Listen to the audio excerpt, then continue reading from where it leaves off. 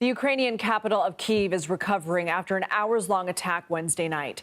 Ukrainian officials say falling debris damaged a hospital, homes, and office buildings.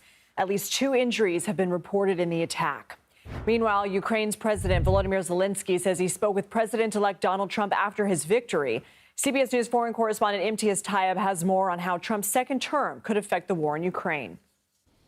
Well, the mood here in the Ukrainian capital, Kyiv, following President-elect Donald Trump's decisive victory is mixed. It's one of concern and it's one of anticipation.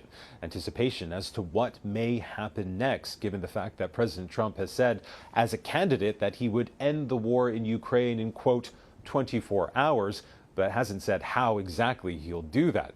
Now, the Ukrainian President Volodymyr Zelenskyy is in Hungary right now. He's at a summit being attended by around 50 leaders from across Europe. This is a summit that is being hosted by Viktor Orban, the Hungarian leader who is a close ally of President Trump and is quite often described as an authoritarian himself. Now, at this summit, Mr. Zelenskyy said essentially that it would be up to Ukraine to decide whether this war would end and how this war would end.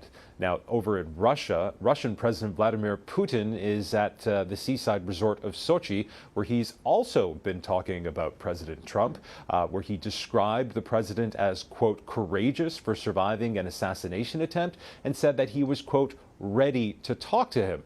Now, all of this comes again, as we've been saying, with President Trump promising to bring an end to the war in Ukraine. That, of course, has many people here in Ukraine concerned that what that would mean is them having to give up their territory. Whatever the case, with just 10 weeks to go until President-elect Trump takes over, the Biden administration is reportedly looking to push more than $9 billion in already approved security assistance to Ukraine, a move that's being called a preemptive, quote, Trump-proofing measure. Imtiaz Tyab, CBS News, Kyiv.